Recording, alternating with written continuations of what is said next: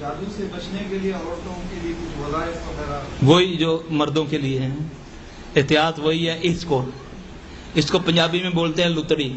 یہ ہاں لتڑی سنبھال کے رکھ. اللہ کے نبی صلی اللہ علیہ وسلم نے فرمایا کہ جب صبح ہوتی ہے نا تو جسم کے تمام اعضاء اس کے آگے ہاتھ جوڑ کے زبان کے آگے کھڑے ہو جاتے ہیں. دیکھنا ہمیں نہ مروا دینا، ذرا کنٹرول میں رہنا. یہ نبی علیہ السلام کی بات ہے. یقین جانے اتنی خیر ہے ایک طرف یہ، اور دوسری طرف اللہ پاک نے اتنی رحمت اس پر کی ہے، اتنی رحمت کی ہے کہ ایک جگہ مرد کی کوئی اہمیت نہیں رہتی. ماں یعنی کہ ماں کا اتنا درجہ دے دیا کہ اس کے پاؤں کے نیچے اس کو جنت دے دی. اور پھر عورت کو مرد کے کنٹرول میں رہنا چاہیے. نبی پاک صلی اللہ علیہ وسلم نے فرمایا ان مردوں کو زمین کا پیٹ کافی ہے، یعنی کہ وہ تاس جائیں، زمین میں دھنس جائیں، جو اپنے امور اپنی عورتوں کے سپرد رکھتے ہیں. ہم نے اپنے والدین کی ڈیلنگ بھی اپنی بیویوں کے ہاتھوں میں دے رکھی ہے. سیدھی بات، اب چاہے ہماری بہن بیٹیوں کو برا ہی لگے، بات حق کی ہے. یہ معاملات خود رکھا کریں، انشاءاللہ اس میں بڑی خیر ہوگی. اللہ کے فضل سے ٹھیک ہے وہ آپ کی زندگی کی ساتھی ہے، لیکن آپ کی ماں کی بہو ہے، آپ اس کے بیٹے ہیں.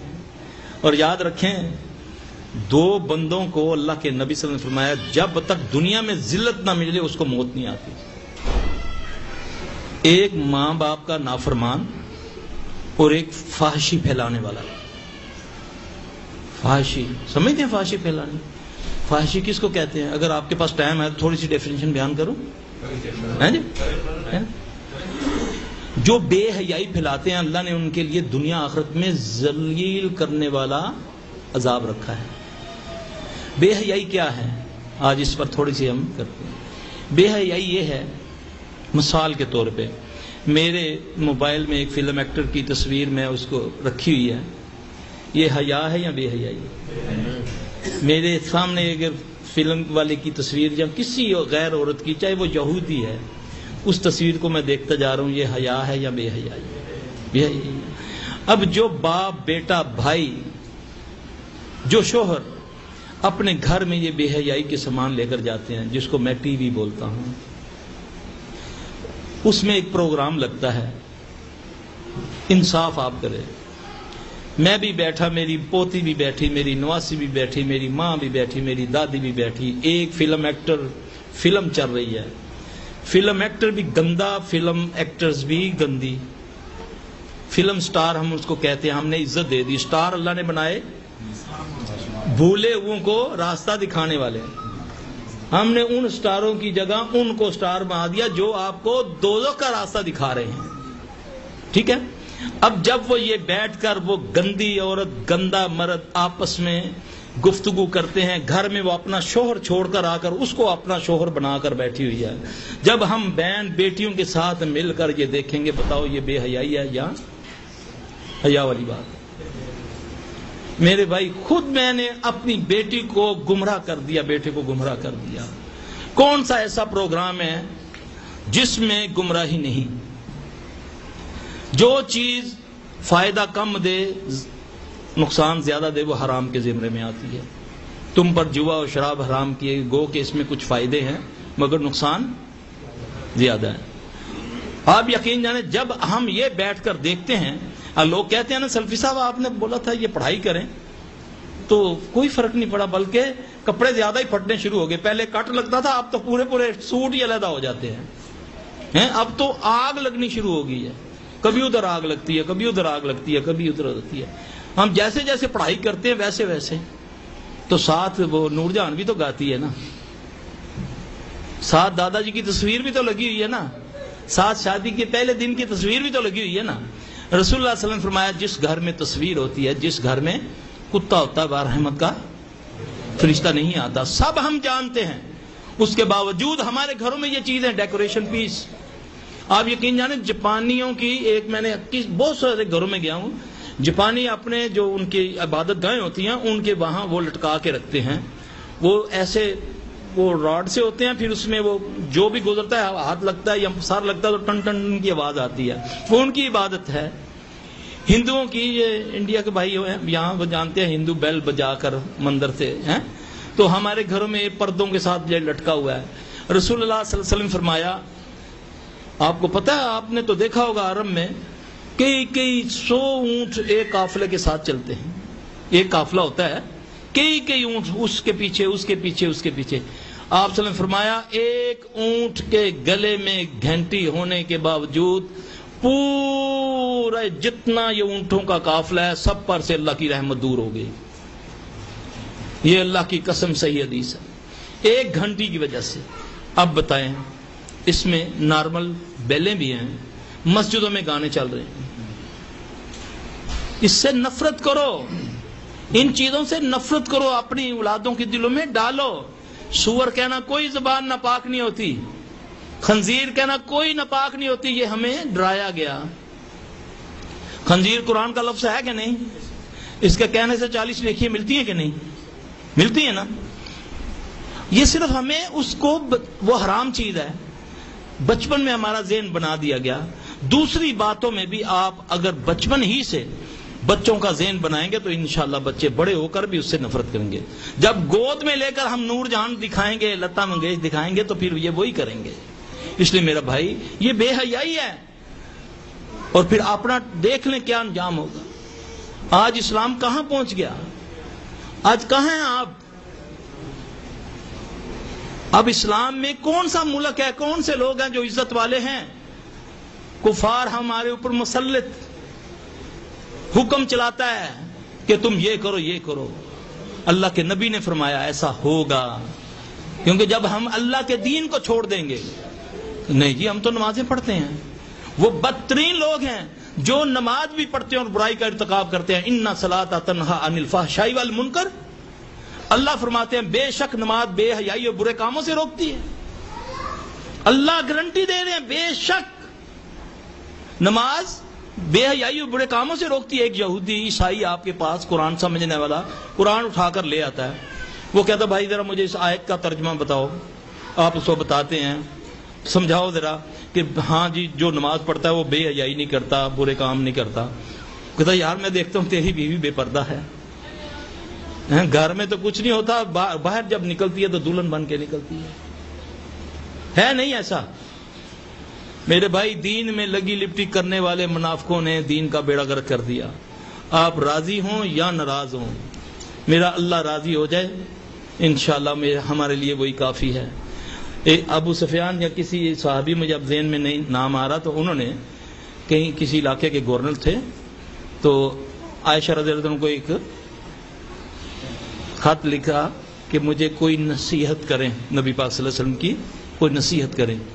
تو انہوں نے فرمایا تھا کہ جو لوگوں کو راضی کرنے کے لیے اللہ کو ناراض کرتا تو لوگ اس سے ناراض ہی رہتے ہیں، اور جو اللہ کو راضی کرنے کے لیے لوگوں کی پرواہ نہیں کرتا تو لوگ اللہ ان سے راضی رکھتا ہے۔ اللہ پاک ہمیں حق کہنے سننے کی اور اس پر عمل کرنے کی توفیق عطا فرمائے۔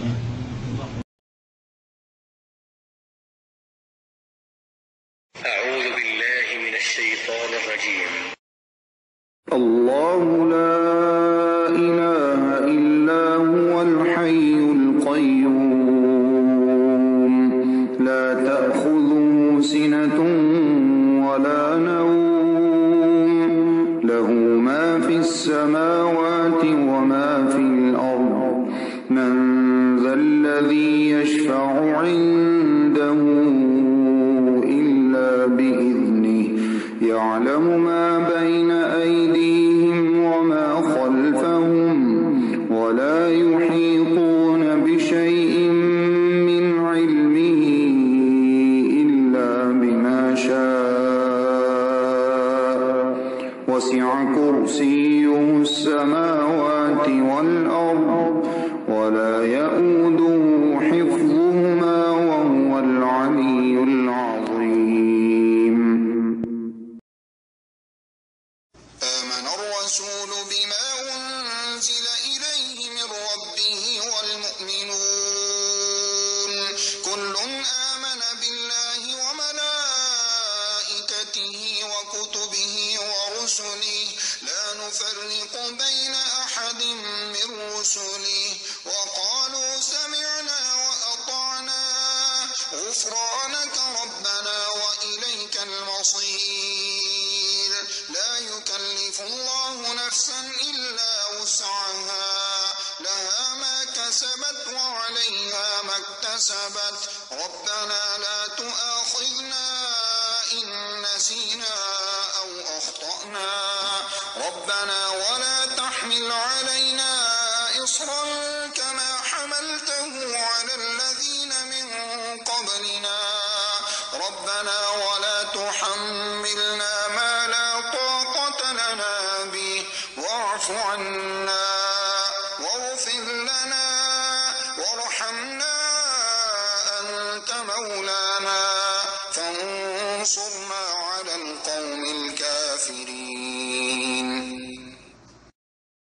بسم الله الرحمن الرحيم قل هو الله أحد الله الصمد لم يلد ولم يولد ولم يكن له كفوا أحد بسم الله الرحمن الرحيم قل أعوذ برب الفلق من شر ما خلق ومن شر غاسق إذا وقب ومن شر النفاثات في العقد ومن شر حاسد إذا حسد بسم الله الرحمن الرحيم قل أعوذ برب الناس ملك الناس إله الناس من شر الوسواس الخناس الذي يوسوس في صدور الناس من الجنة والناس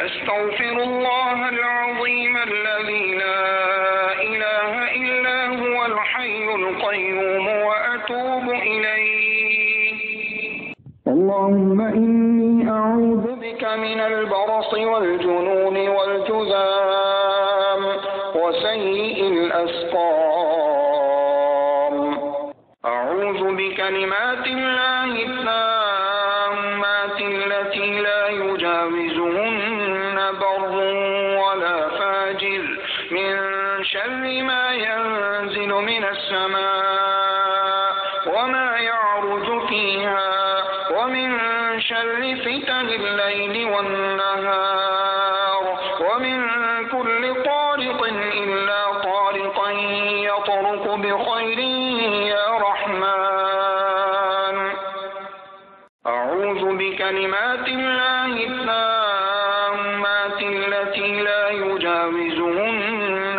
بر ولا فاجر من شر ما ينزل من السماء وما يعرج فيها ومن شر فتن الليل والنهار ومن كل طارق إلا طارقا يطرق بخير يا رحمن رب أعوذ بك من همزات الشياطين وأعوذ بك رب أن يحضرون أعوذ بكلمات الله التامات من غضبه وعقابه وشر عباده ومن همزات الشياطين وأن يحضرون بسم الله الذي لا يضر مع اسمه شيء في الأرض ولا في السماء وهو السميع العليم أعوذ بكلمات الله التامات من شر ما خلق اللهم صل على محمد محمد كما صليت على إبراهيم وعلى آل إبراهيم إنك حميد مجيد. اللهم بارك على محمد وعلى آل محمد كما باركت على إبراهيم وعلى آل إبراهيم إنك حميد مجيد.